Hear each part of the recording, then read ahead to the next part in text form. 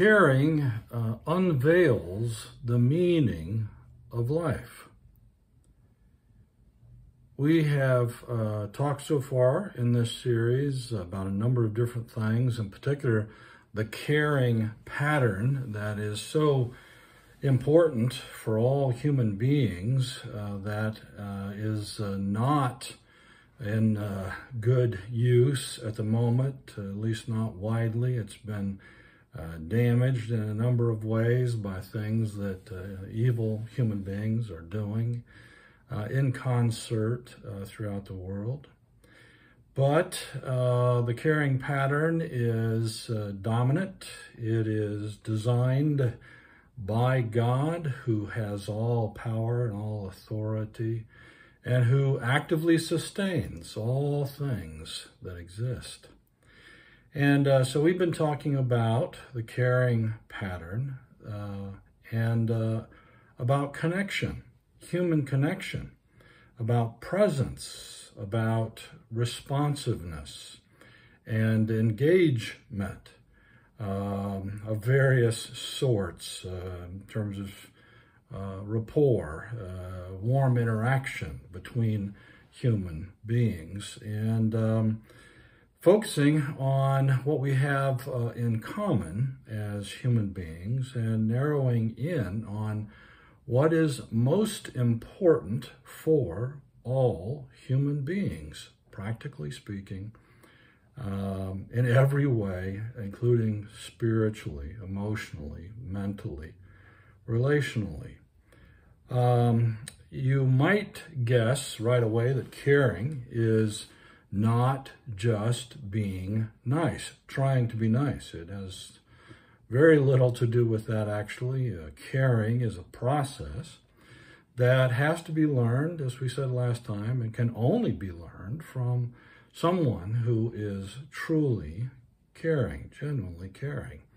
And we have mentioned the person, Jesus Christ, several times, because his example in the New Testament, the Bible, is the ultimate.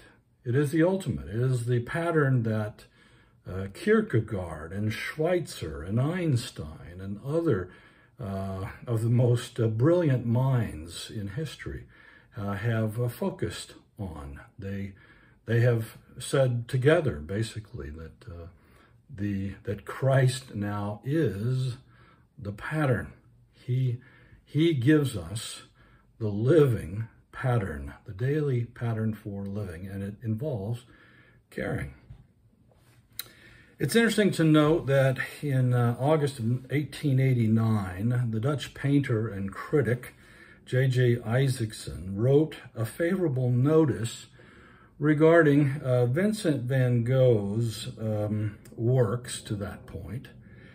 And he says about Vincent, he says, who reveals a new, fresh view of our domain, our earth, our heritage, this one who restores happiness by revealing the divine in matter. This is how this painter and critic describes the work of Vincent van Gogh. And so there's something to the content, the perspective that Vincent van Gogh had on nature in particular, but also on people. And you see it in a number of his works. And this particular painter and critic is saying that his work reflects the divine design, the divine power, the divine goodness of God in his work. Very interesting, even with all of what he ended up going through later in his life. Van Gogh, in a letter to his brother, letter 121, said, "It is good to not give in." Not give in. He was already feeling various pressures in the world. "But to cast the net again in the morning." Now, this is a a reflection of what David said in the Psalms about God's love and mercy being fresh and new each morning. This directly is a citation connected to Jesus Christ's teaching and the situation where he has his followers who could not catch anything at one point to really try again and try again in the morning and put it on the other side, throw the net out on the other side and see what God does. It's very interesting that this was part of what he was writing to his brother Theo at this juncture in his life. That's on page 110 of a book called Van Gogh and God. And on page 35, there's a quote from Vincent saying, "Whosoever loves much performs and can accomplish much, and what is done in love is well done." Now, he obviously saw a quote from Augustine from many centuries before, but in a way he's applying it, he's expanding it, and he's talking about how crucial love is to human beings, among human beings. And the fact that it's the most fruitful way to live, the most productive way to live. He goes on to say in letter 161, "In loving and fulfilling the duties of love, we perform God's will." When we love people, care about people the way Jesus did, we are doing the will of God. That's why Jesus' example is so key to human beings. For Vincent, love is the force that can effectively transform all aspects of his experience, thus providing the answer to his search for a principle of unification, the meaning of life that he talks about in other letters and writings. I just wanted to get you to think about this a little bit, it reminds me of something that Blaise Pascal, the most brilliant mathematician in history, and really essentially the inventor of the computer, all of its precursors. And he said, Christianity has a true understanding of man's needs. Blaise Pascal, one of the most brilliant minds ever to be on the earth, is talking about this meaning of life that is identified by Jesus Christ and his example. And all those who follow Jesus Christ are supposed to be learning this caring example. All these things are very clear. One of the things that's clear to most human beings is when they're being poorly treated, when they're not being treated right. Most human beings can identify this pretty quickly and can communicate something about it. And so I just, again, want to go back to the basic human experience and identify some things really in your life where you weren't treated properly, but also other times when you were cared about in some way by someone. And this is important. This is why we're having this discussion. We need to sort through this. I read a post the other day from a friend that said, the best boss I ever worked for didn't work the longest or the hardest. He didn't have all the answers, but he cared the most. Almost every person I have talked to professionally in the last 45 years has told me similar things, that the best boss they ever had was someone who cared about them genuinely, about them and their family. And he goes on to say he helped to remove obstacles blocking our path and made sure we were always felt supported. There was a supportive aspect to it. He wanted us to always keep learning and growing. Now, this is exactly what we have been talking about in this series out of the book On Caring by Milton Mayerhoff. And we've identified a number of these principles connected to these two statements that have just been made in this post. And it's one of those things that human beings know this. They know that the best times they've been in their lives, they've been around people who cared.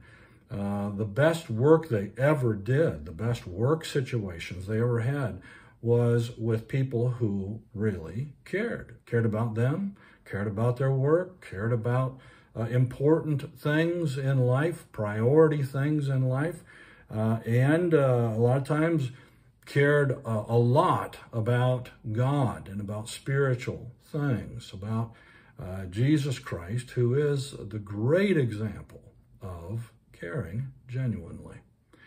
And so I just wanted to share some of these things with you. And finally, the words of Jesus himself through John the Apostle, he was very close to John the Apostle. They were about as close as human beings can get as friends. And he's talking through John and to other Christians at the time in 1 John chapter 4 in the New Testament. And verse 7, he says, "Dear friends, let us continue to love one another, for love comes from God." Let's keep loving each other because love comes from God. And in 4:16, a little bit later, John writes, "We know how much God loves us, and we have put our trust in his love." This is what followers of Jesus Christ do. They know that the living God is the source of all true and genuine love and caring. They know this. And it becomes the deepest conviction in their lives. And it brings massive, massive meaning and joy and love, directly, love pouring into their hearts and their minds. And it helps them to think differently, to have a different perspective of things going on in the world and the people around them. This is crucial. And with this final thing, with this, we realize finally that love, this agape love that Jesus Christ brought to the world, that's available now to everyone who follows Jesus Christ, this real caring. It has to do with, or it brings with it, thankfulness. Thankfulness. You and I become more caring human beings the more thankful we are. The more loved we feel, loved by God, who is the source of all love, we have a basis then for caring about other human beings. Very, very hard to do this in a vacuum on your own. I would say impossible. These days, what you have is a question that is no question at all. It's a way out. It's an excuse. And the question is, who cares? Who cares? And a lot of times human beings are saying it. They don't want an answer. Who cares? They're done. Who cares? Who cares? If these people around me don't care, I don't care. Who cares? This is the most dangerous place to be and the most meaningless place to come to as a human being. Who cares? The answer is the one who put you here, the one who made you in his image. The reason why you have all kinds of creativity and talents, why you have a great mind and heart, great potential, because he designed you in his image for his purpose, which is a spiritual purpose. It's a big purpose. It's an eternal purpose, and it has to do with relationship and caring. And you and I learn thankfulness from all of this. Mayeroff says in his book at one point, gratitude remains incomplete, being thankful remains incomplete until I have expressed my thanks for what I have received, that is, being cared for, cared about, loved. I express my thanks for what I have received. There's a therapy to this. Being thankful is a massive therapy for human beings. If you're not being thankful, if you're being complaining, if you're negative at all times, you are really harming yourself. You will never be out of stress, and you will be harming yourself and harming those around you. He goes on to say, caring becomes my way of thanking for what I have received. Caring is thankfulness. The more you and I are thankful, the more we care. The more you and I care for others, the more thankful we become. We realize how much God loves us. We appreciate how much other human beings care about us as we are caring about them in the most genuine way possible. And so this is what I'll leave with this time. We'll pick up some other things next time. I am so thankful for you, thankful that you're in this series together with me. And let's just keep moving ahead. Stay focused. Keep on moving. All righty. Bye-bye.